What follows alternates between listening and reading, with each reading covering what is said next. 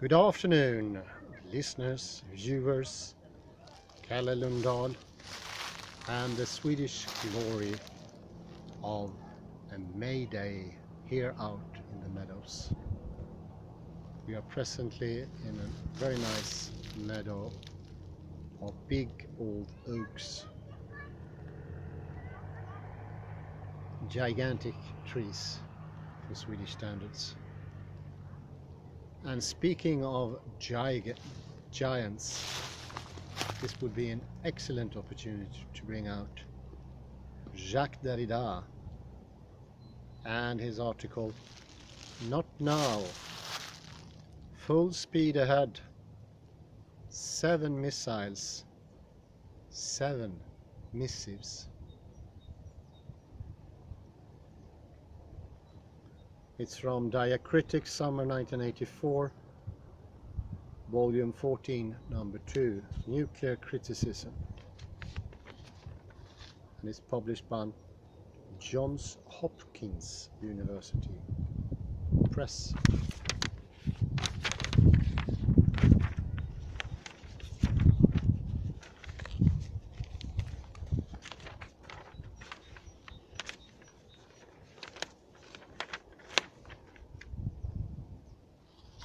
Author Jacques Derrida.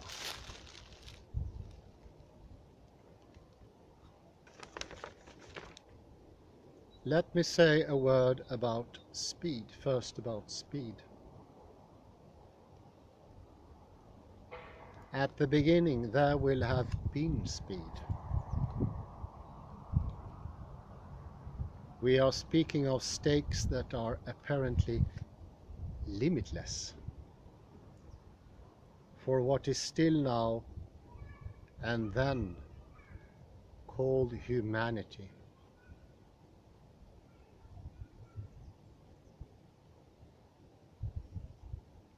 People find it easy to say that in nuclear war, humanity runs the risk of its self-destruction.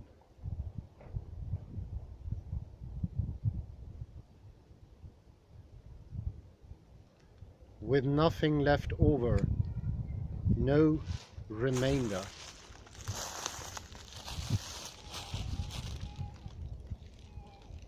There's a lot that could be said about that rumor.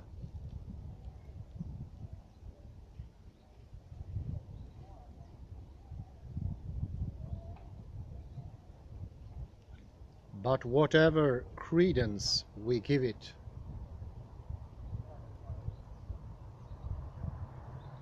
we have to recognize that these stakes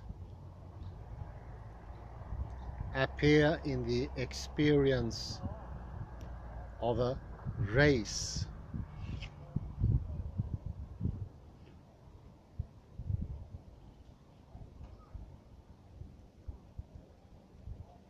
Or more precisely, of a competition, a rivalry between two rates of speed.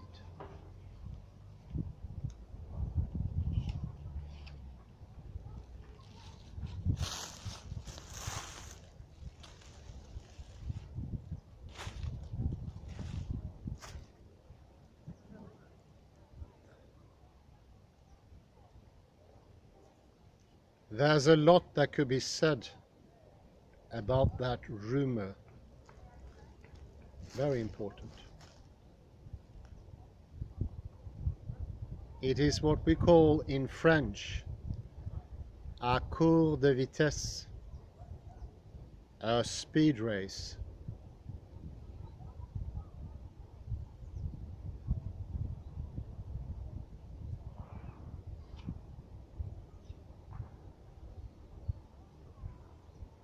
Whatever it is, the arms race or orders given to start a war that is itself dominated.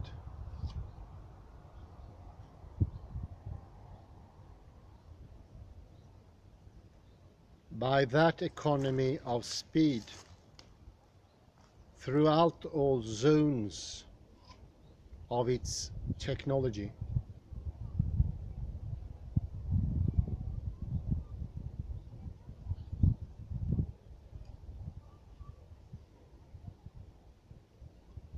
A gap of a few seconds made aside irreversibly.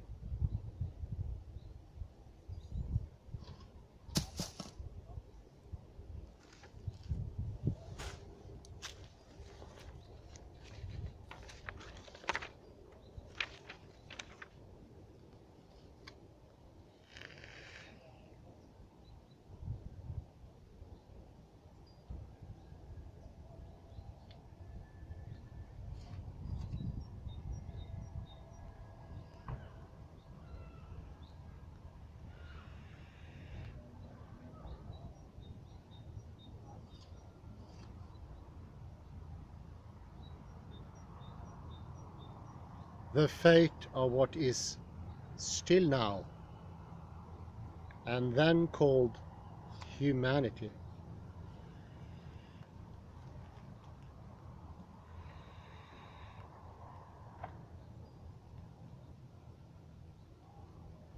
Plus the fate of a few other species.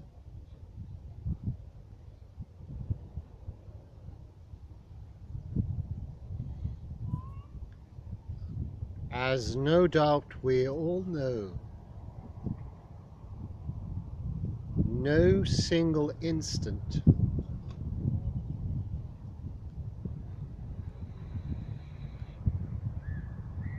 no atom of our life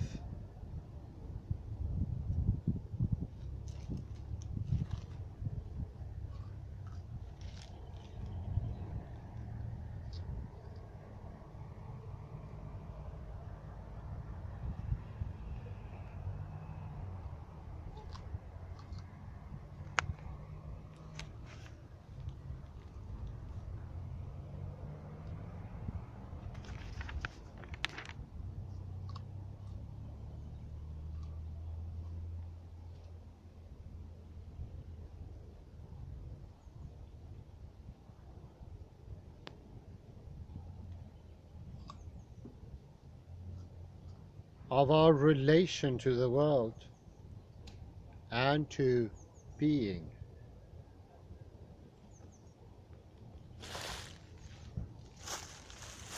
is not mocked today.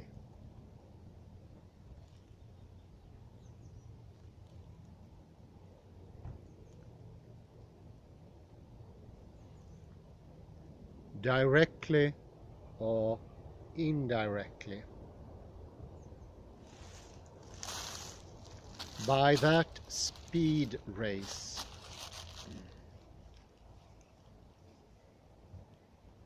And by the whole strategic debate about no use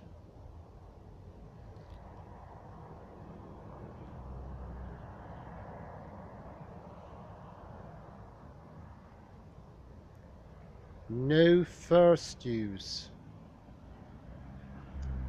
or first use of nuclear weaponry.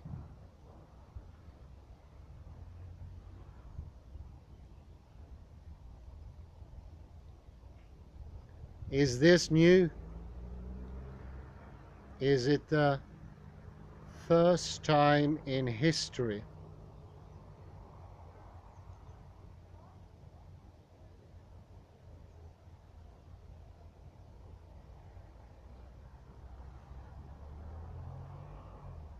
Is it an invention? And can we still say in history, in order to speak about it?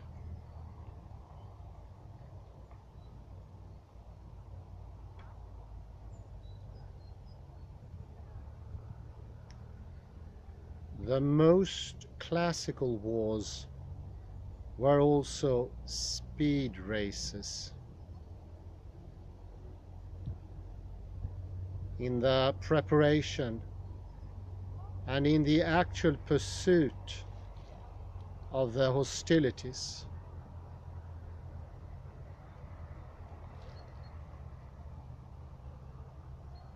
Are we having today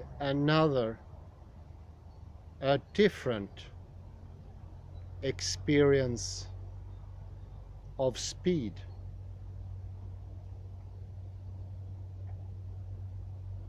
Is our relation to time and to motion qualitatively different?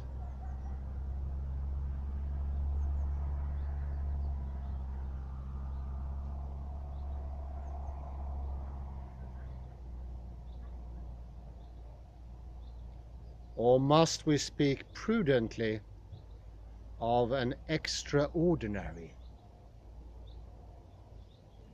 although qualitatively homogeneous, acceleration of the same experience?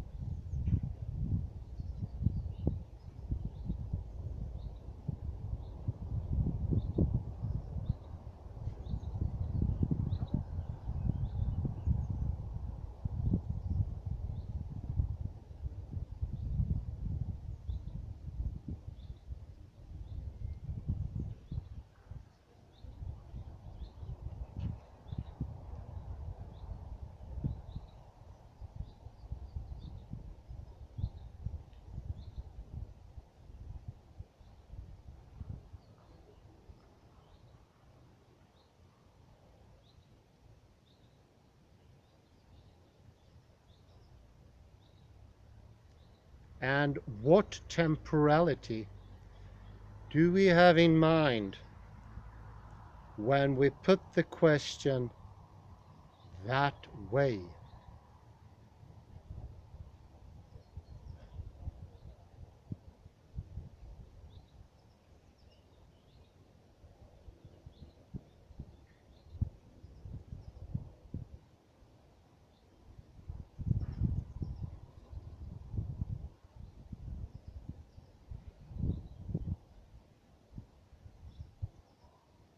Can we take the question seriously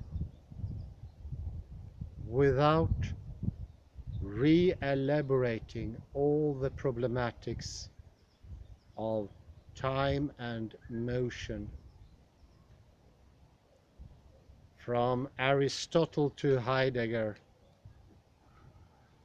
by way of Augustine, Kant, Husserl, Einstein, Bergson,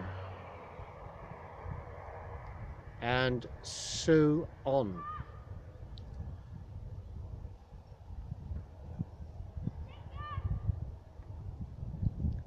So my first formulation of the question of speed was simplistic.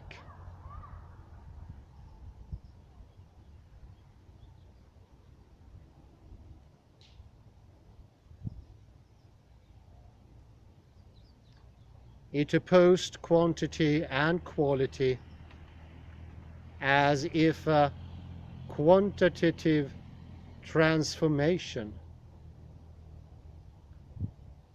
the crossing of certain thresholds of acceleration,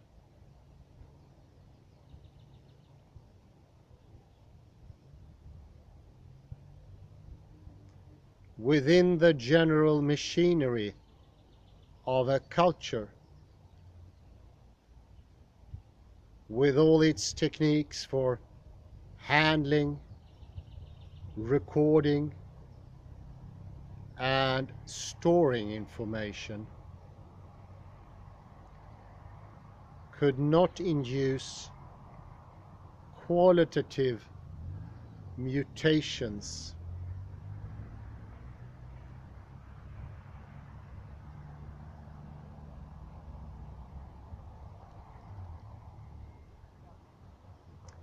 as if every invention were not the invention of a process of acceleration, of movement, of tremor.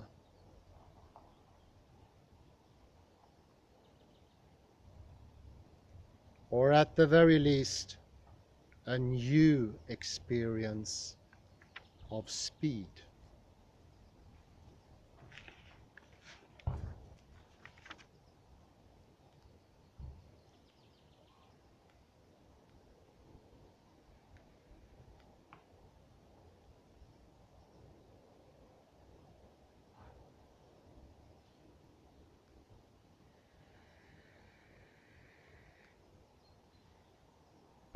Or as if the concept of speed, linked to some quantification of objective velocity,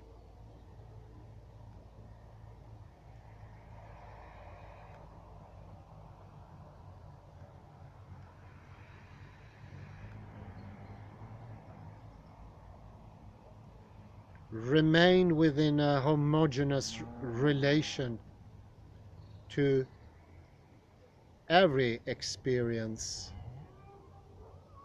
of time.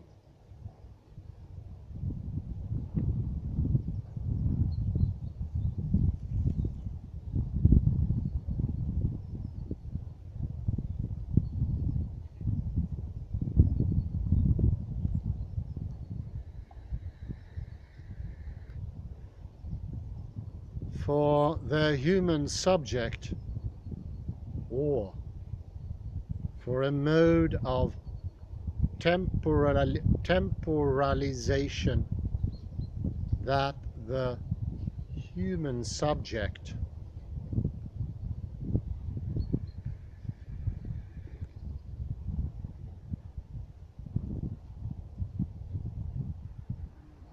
as such would have himself covered up, disavowed, or neglected.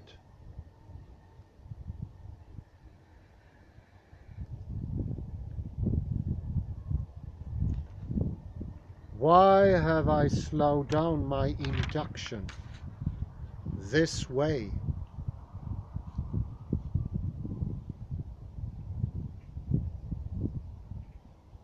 No doubt, by this way, by dragging in such a naive question, no doubt for several reasons.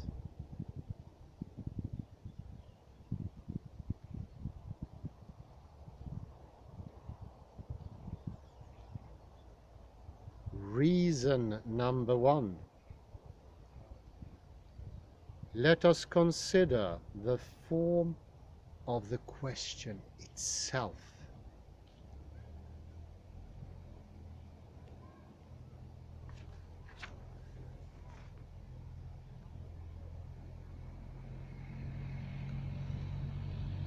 Is the war of speed an irreducibly new phenomenon?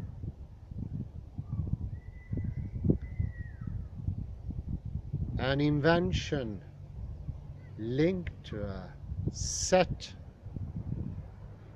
of inventions of the so-called nuclear age? Or is it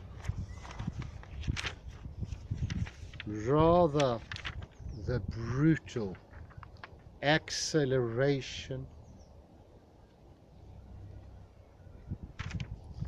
of a movement that has always already been at work?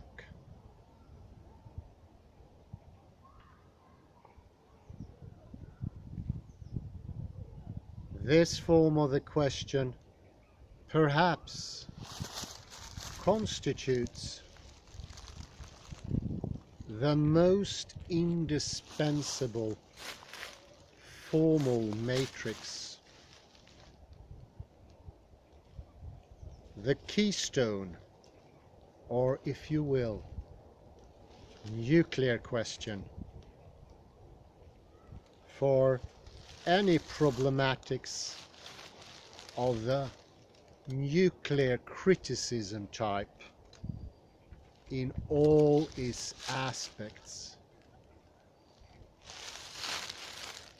And of course, it begs the question, are we all included in this? This arms race of speed? And do we make a certain point heard once we try to step out of the picture, as here suggested?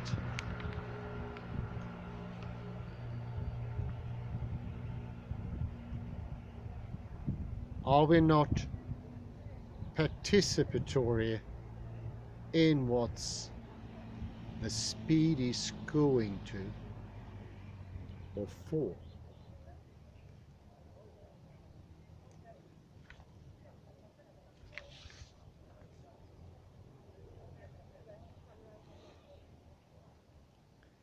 Naturally, I don't have time to demonstrate this. I am offering it, therefore, as a hasty conclusion, a precipitous assertion, a belief, an opinion-based argument.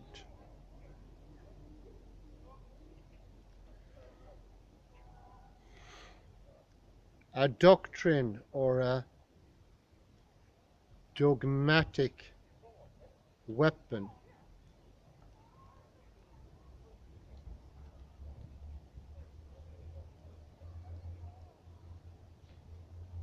But I was determined to begin with it.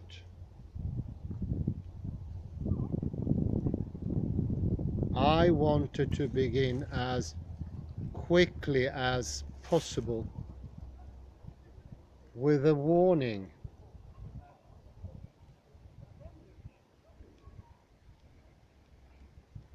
In the form of a dissuasion.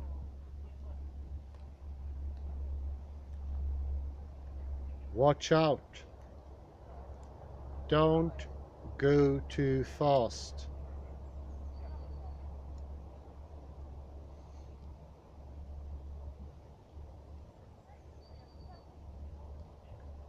There is perhaps no invention,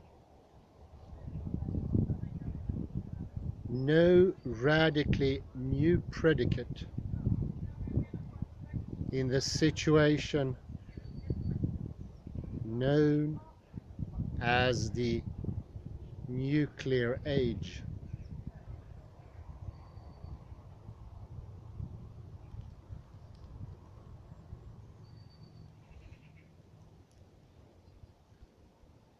Of all the dimensions of such an age, we may always say one thing.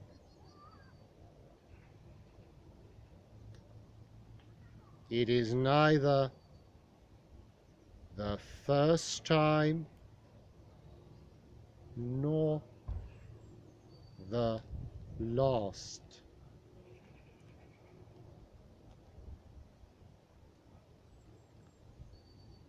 The historian's critical vigilance can always help us verify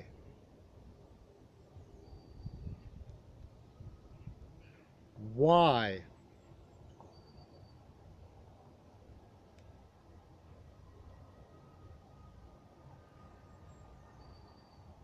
that repetitiveness and that historian's patience, that lucidity of memory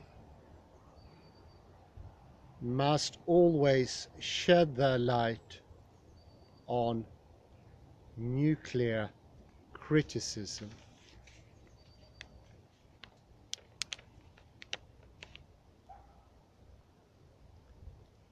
Must oblige it to decelerate,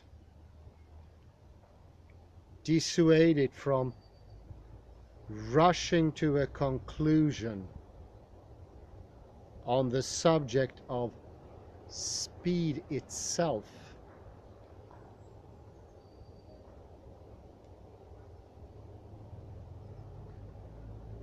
But this dissuasion and deceleration I am urging carry their own risks. The critical zeal that leads us to recognize precedents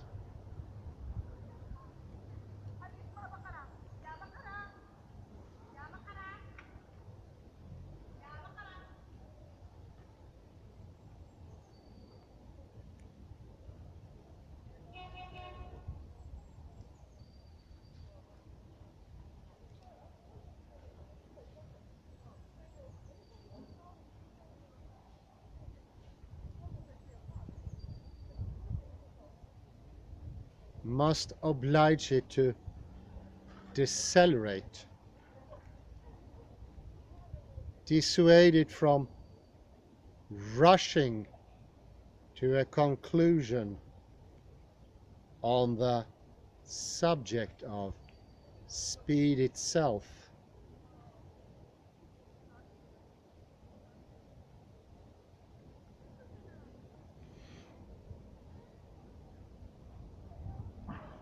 But this dissociation and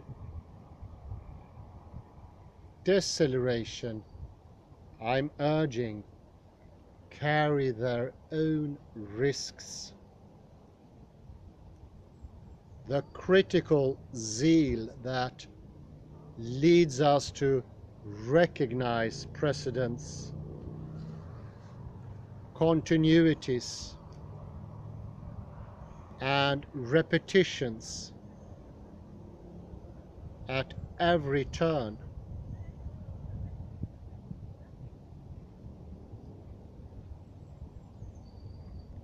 can make us look like suicidal sleepwalkers, blind and deaf alongside the unheard of. It could make us stand blind.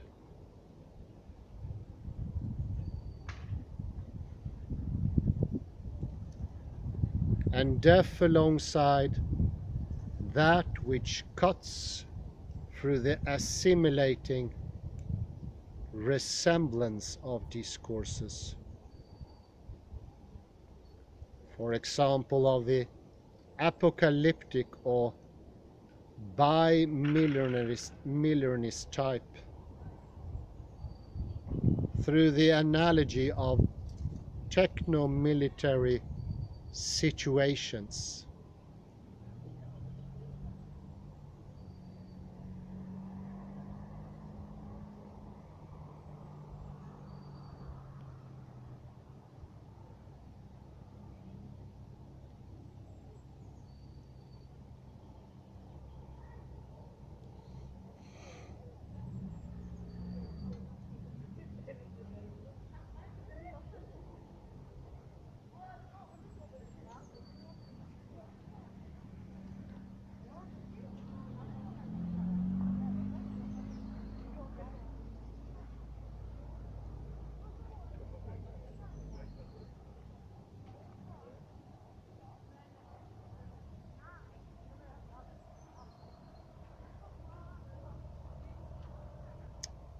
through the analogy of techno-military situations, strategic arrangements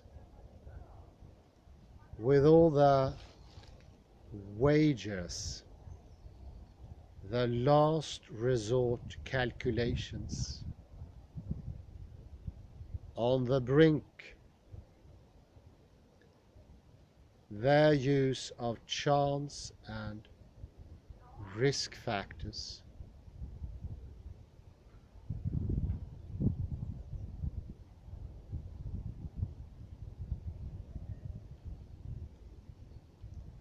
The mimetic resource to upping the ante.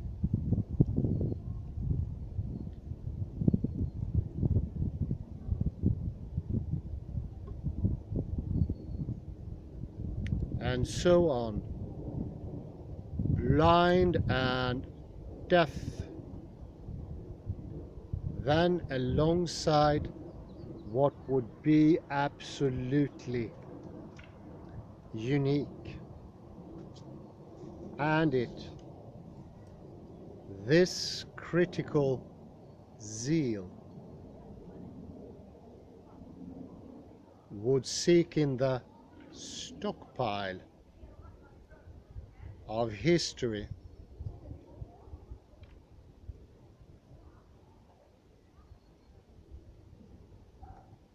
the wherewithal to neutralize invention,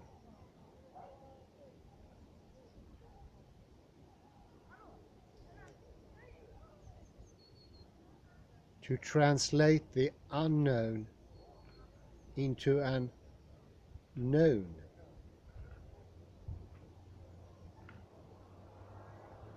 to metaphorize, allegorize, domesticate the terror,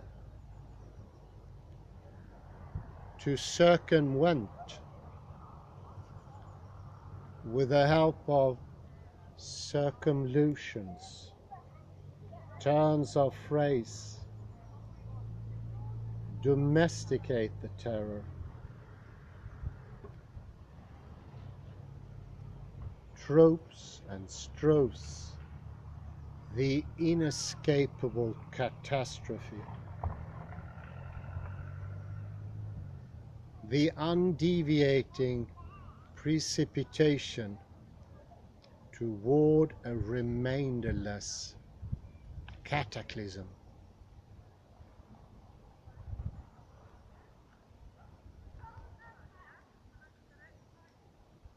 The critical slowdown may thus be as critical as the critical acceleration. One may still die after having spent one's life recognizing, as a lucid historian, to what extent all that was not new,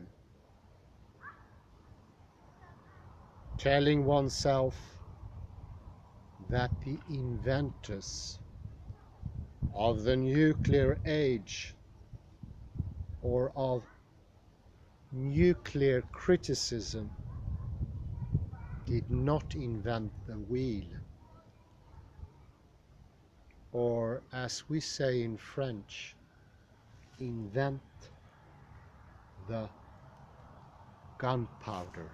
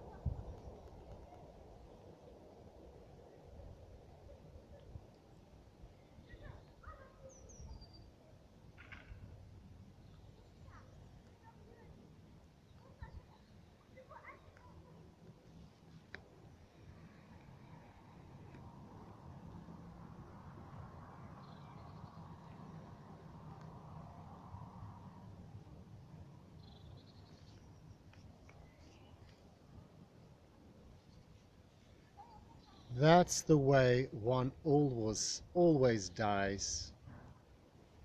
Moreover, and the death of what is still now and then called humanity might well not escape the rule.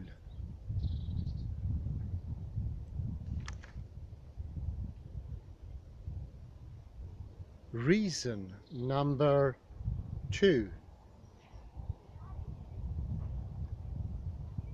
What is the right speed then?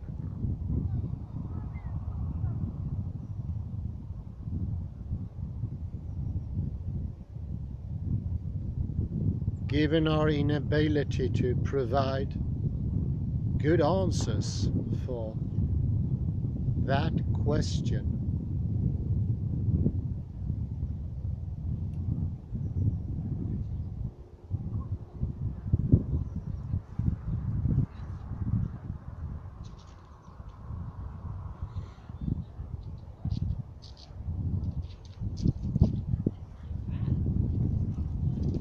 we at least have to recognize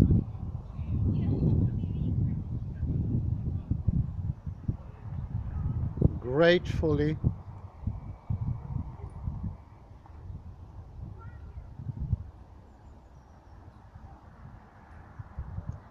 that the nuclear age allows us to think through this aporia of speed.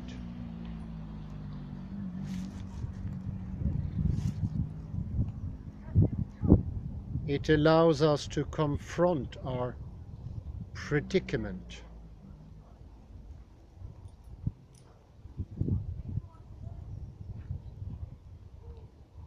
Starting from the limit constituted by the absolute acceleration.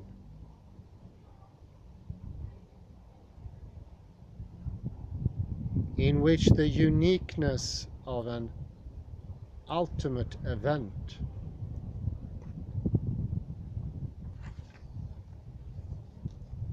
or a final collision or collusion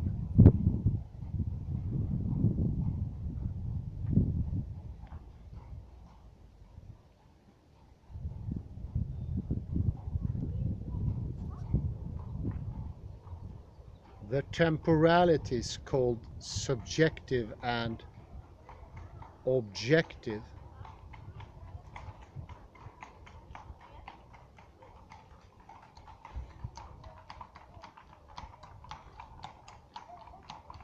phenomenological and intra-worldly, authentic and inauthentic.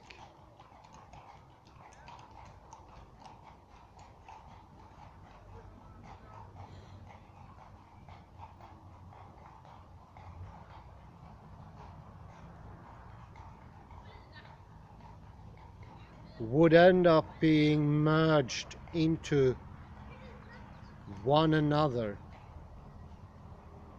but wishing to address these questions to the participants of a colloquium on nuclear criticism.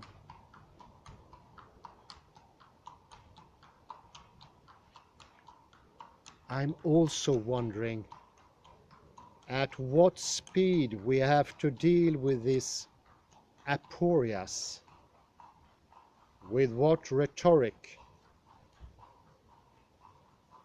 what strategy of implicit connection, what ruses of potentialization and of ellipsis.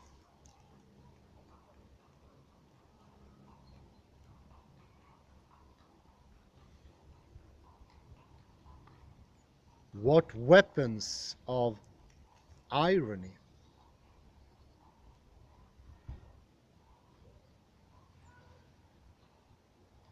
The nuclear age makes for a certain type of colloquium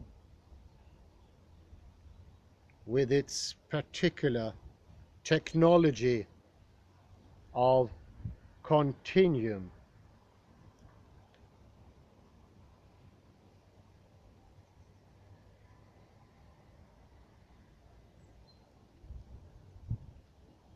Information, diffusion, and storage.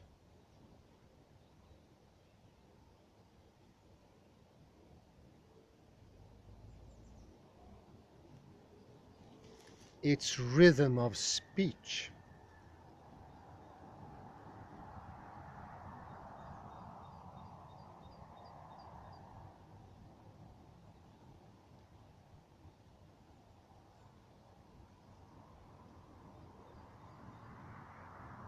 Its demonstration procedures, and thus its arguments and its armaments,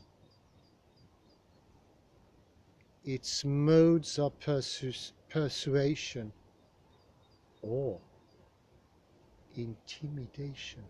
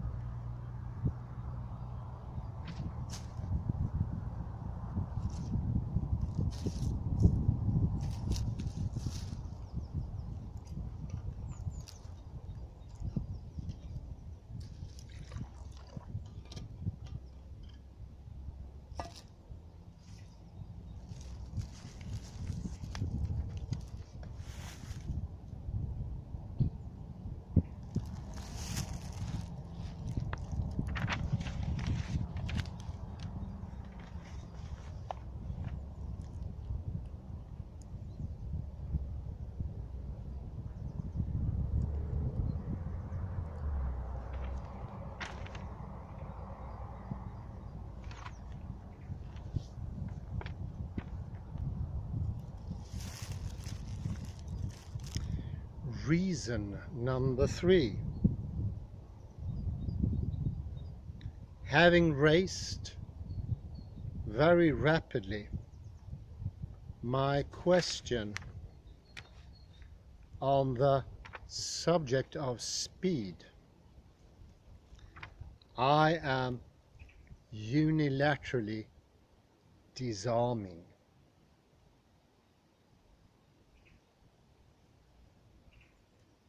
I am putting my cards on the table.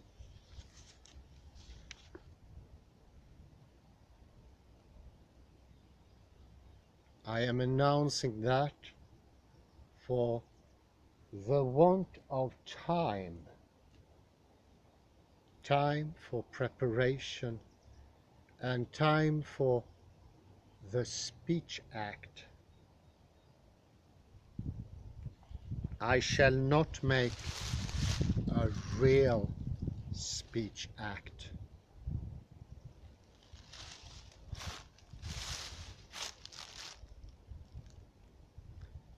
By which means, you'll say, I shall have taken more time than all my partners.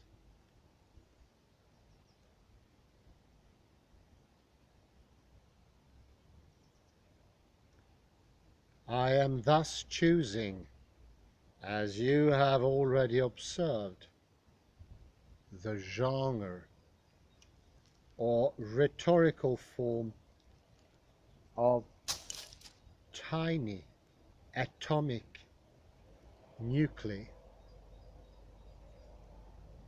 In the process of fission or division.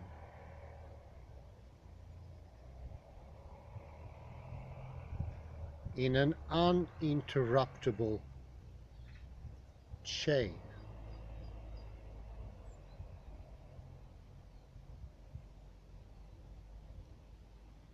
Which I shall arrange, or rather, which I shall project toward you, like tiny inoffensive missiles,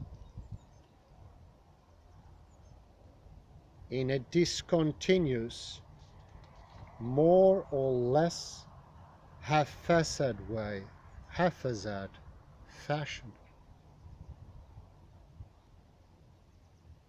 This will be my little strategic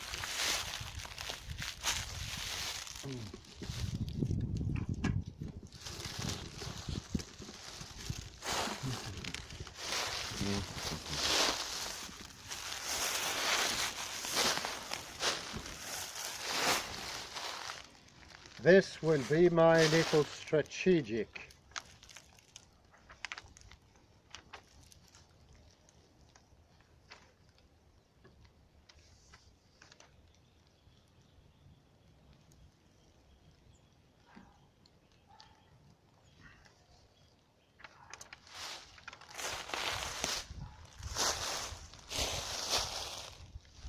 And capitalistic calculation.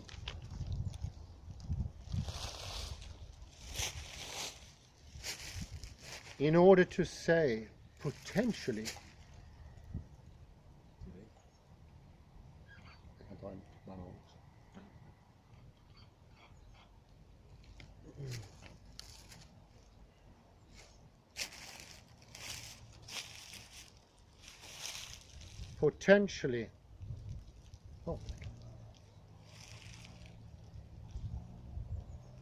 without being too tedious, and as quickly as possible,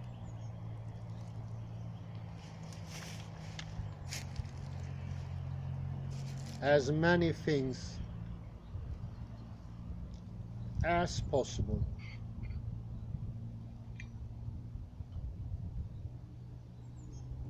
capitalization or capitalism always have the structure of a certain potentialization of speed.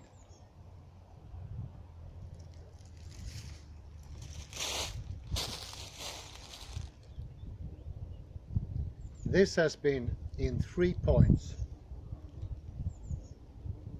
my first missile, or my first missive, or my nuclear aphorism.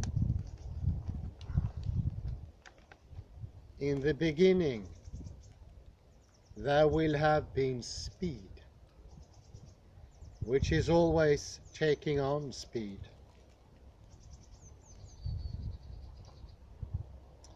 In other words, overtaking, or, as we say in French, prendre de vitesse, doubler, doubling, passing, both the act and the speech. At the beginning was the Word.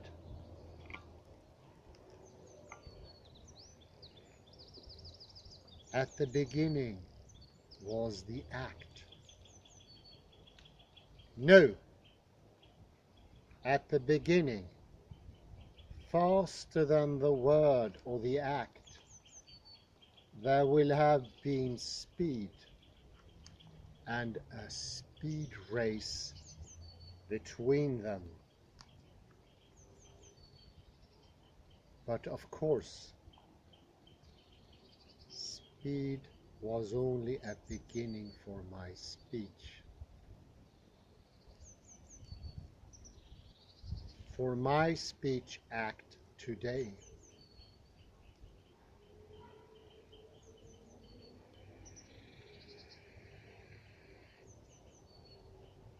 For such a feat, we may consider ourselves competent.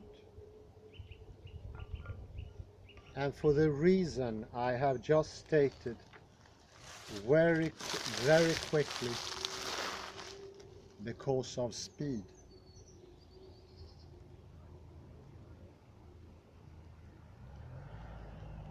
Indeed, nowhere has the dissociation between the place where competence is exercised and the place where the stakes are located ever seem more rigorous, more dangerous, more catastrophic.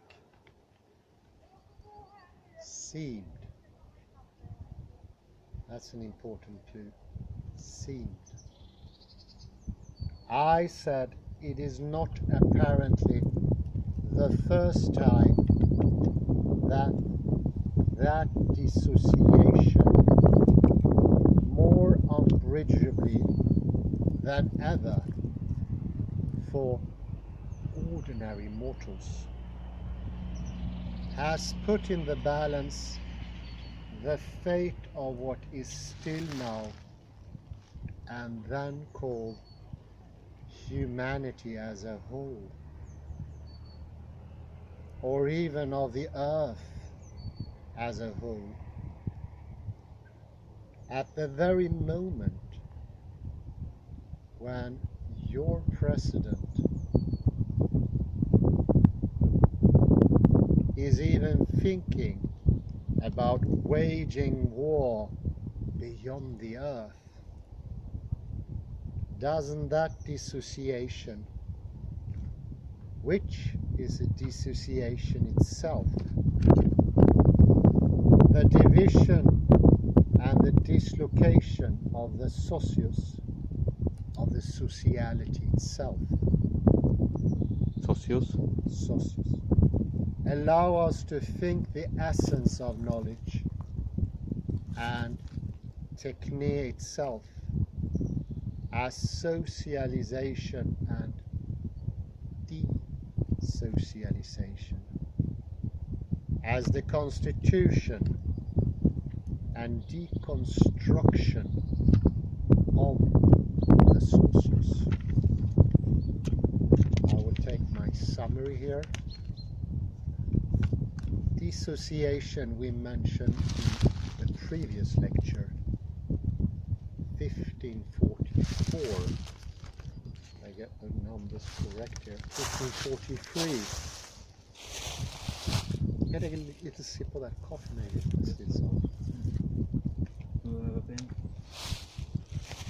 No, okay.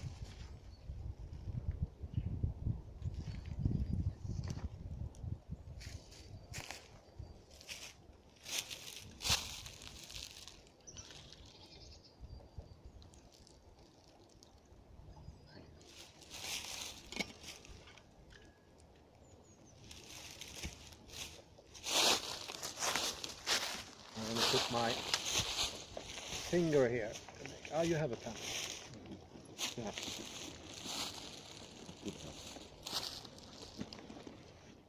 Sorry, you said earlier you had a pen.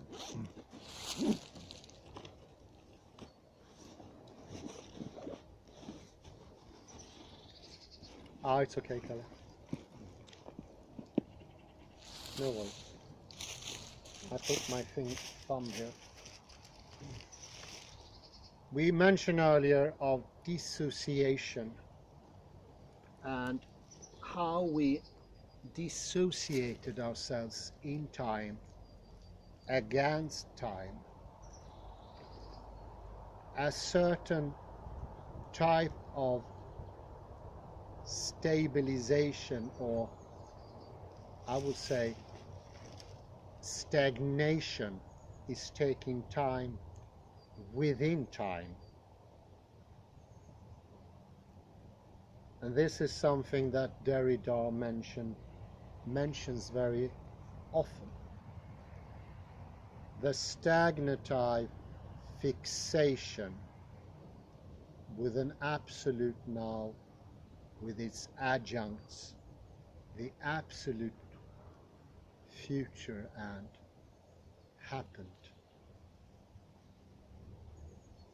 I would say that is the deconstruction of the socius. That is the single most limiting tendency of all earth and thinking in collusion. It's a fixation of what freely could present itself, to make itself heard. Something that we often mention. It's okay, Kalle. Something that we often mentioned in different writings of Derrida, of grammatology, dissemination, Spur, Gla, and many, many others. It's the absolute consideration, the fixation of what is a movement of speed.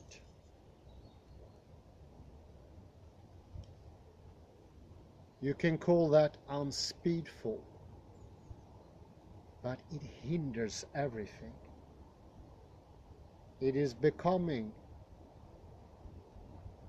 and became this arms race.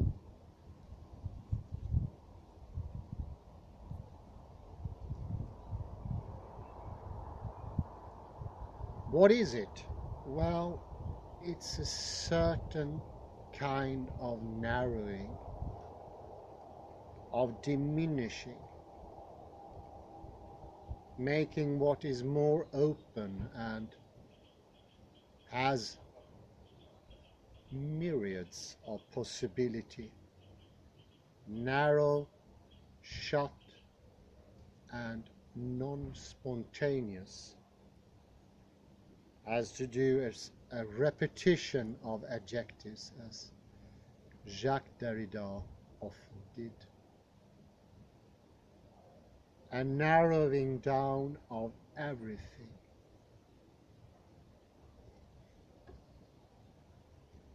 That openness that Derrida is looking for has now come, I would say. We found the secret wand, or the abacadabra, so to speak, to open up these doors we did not even know were shut to us, that led us to fixate our vision, fixate on object and distances, becoming tensed in our intellect, and always ending like a ball in a hole in a dichotomy, because of preordained limited walls that we didn't even know about before. We mentioned many things before. The absolute pharmakon, that is sheer difference, and doesn't obey the slavery of an originary meaning. The same goes for the trace. It is like a virus, but still not. It leaves its mark, or it is the mark.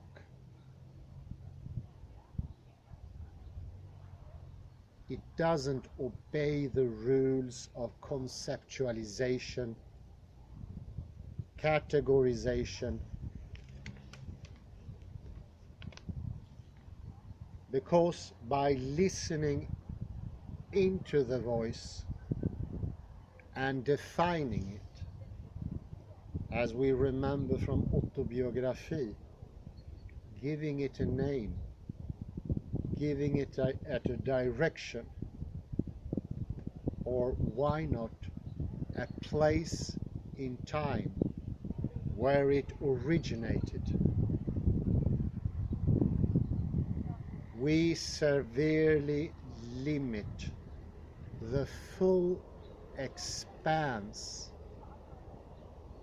of what presents itself. The sheer magnitude, and I'm especially getting lyrical here in this wonderful oak. The meadow here is very nice, but it produces a variety of things. It is never still. This is something we took up in connection with Merleau-Ponty and Cézanne. Cézanne did not want to obey the laws of perception. The central perspective that said it must be a definite difference, a partitioning, a chiasm between space and the things situated in that space.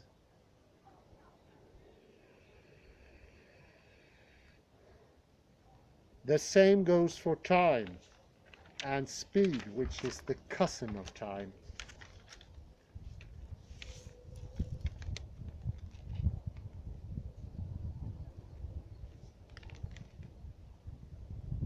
The second paragraph on page 21. Naturally, I don't have time to demonstrate it. I'm offering it, therefore, as a hasty conclusion, a precipitous assertion, a belief, an opinion-based argument, a doctrine, or a dogmatic weapon. It all reflects the stagnation and the occlusion of stagnation. And just as space can be shut off, where we localize something and says, that is a definite,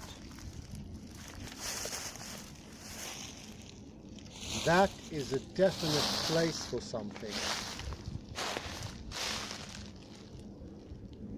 We do the same with time.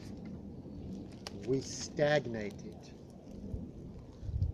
Thanks to the arms race, we tell it what to be before it's even there. In the earlier lecture and previously, we have given that tendency different names. And now we got a new name. The spectre of determinism. A fixation that takes away the subject, the living, understanding subject, me here in this situation. It's a time without any observer. It's a temporal variety of Thomas Nagel's Spatial, a Perspective from Nowhere. To say that something takes place in a certain specific time is to take away humankind, socius. It neglects all relations and thereby become unreal. This is the relativizing tendency, the momentum that actually builds up speed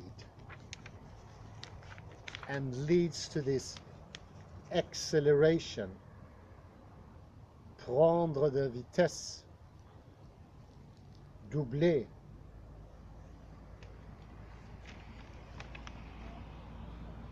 Forgetting that we are participating in time, it pushes us from our backsides to the front, inexorably, unstoppably. Of course, in that situation, we cannot help but feel flustered, red-eyed, with a raised pulse,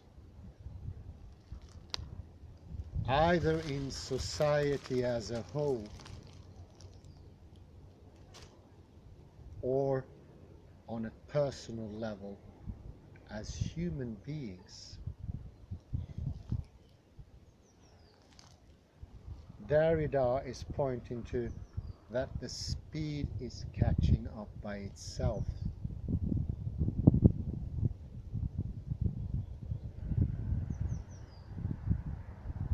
Can you imagine the aggregation of all definite times in this subjective or observer empty world is pressing on our backs to a deterministic future, giving us no options at all, and it's accelerating, it's gaining force. All those specific originary dates together, they become an anonymous army, a flock of animals. I see in front of me legions of trucks, tractors, tanks, just pressing forward from all the decided moments in time, giving us no options whatsoever.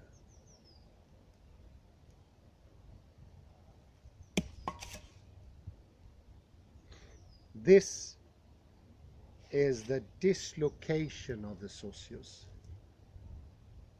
This is being lost and not finding a true path in time, and letting time be a beast of one's own invention, of definite markers, both behind us, going like an enormous deterministic causal chain all the way back to the Big Bang, and in front of us all the way to the Big Crunch, pushing, and we become like atoms in a pressure cooker or an espresso machine, I come to think of. And when we raise the temperature, the atoms will sort of impinge on each other and making the force stronger and stronger, building up pressure, that's been making felt in the heart.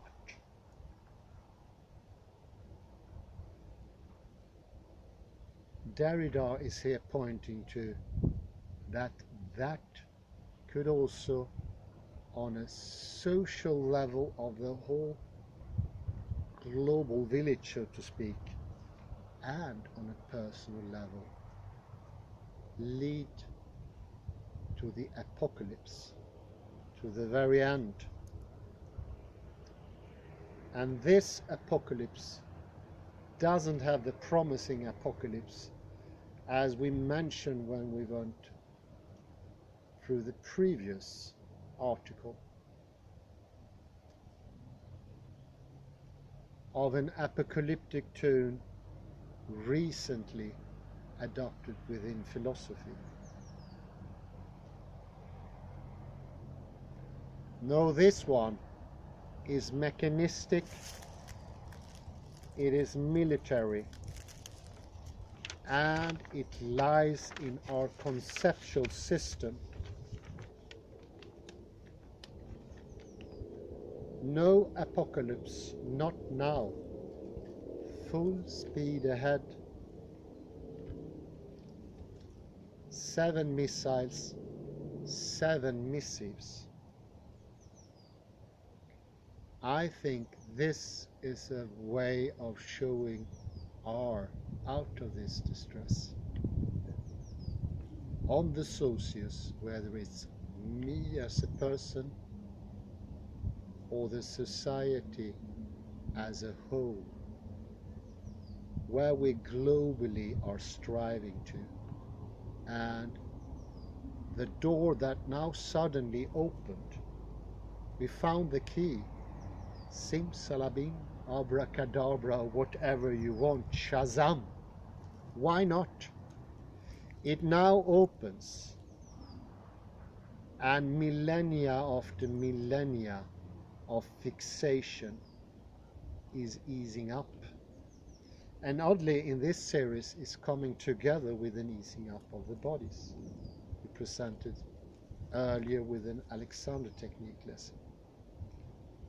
Maybe my colleague want to have a comment? We have fairly even ground here. The swing is very taut. The key word in this paper so far is that speed. And Zenon, the Greek philosopher, made perhaps that mistake. He forgot about speed in Zenon's famous paradox where the rabbit catches up the hare, the rabbit. While Zenon believed that that the rabbit will never catch up with the turtle, since every time, say the rabbit makes 1 meter, and then in order to make that a meter he has to make a half meter and so forth, and he will never be able to progress. He forgot about speed, la vitesse. And how should we understand the title? It, at first glance, is a contradiction to the other paper about apocalypse. There the title there was of an apocalyptic tone recently adopted in literature. So in that there was already apocalypse, at least in tone, but also in practice, I say. Since in order to read the book of Revelation, you need to adopt a tone, an apocalyptic tone. That apocalypse is already there every time you read it, I would say. Here instead, no apocalypse, not now. But perhaps this now is this Zenos now, that is this now here, that you forget about the speed, that is not the speed race already perhaps began once upon a time, the apocalyptic race. So you could reformulate this title, no apocalypse not now. You could say apocalypse, yes, always, perhaps. Full speed ahead. because if you go full speed ahead, I don't know, it's difficult to say. It's a selection paper. What is your opinion, and what, according to you so far, what is the most important phrase? Well, I do like speed there. I think it's of great importance, and that the speed depicted here in this paper is going by itself. It's a bit like the Zenon's paradox, actually. Yeah, it's good. It's moving by itself, and I think this we often call quite coarsely as subjective loss time, or subjective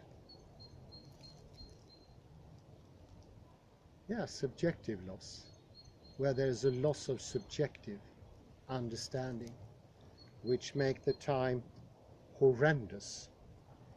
I remember first time we went through Zenon's paradox. I heard it before, but in philosophy class it was almost like we couldn't breathe. It's a limitation.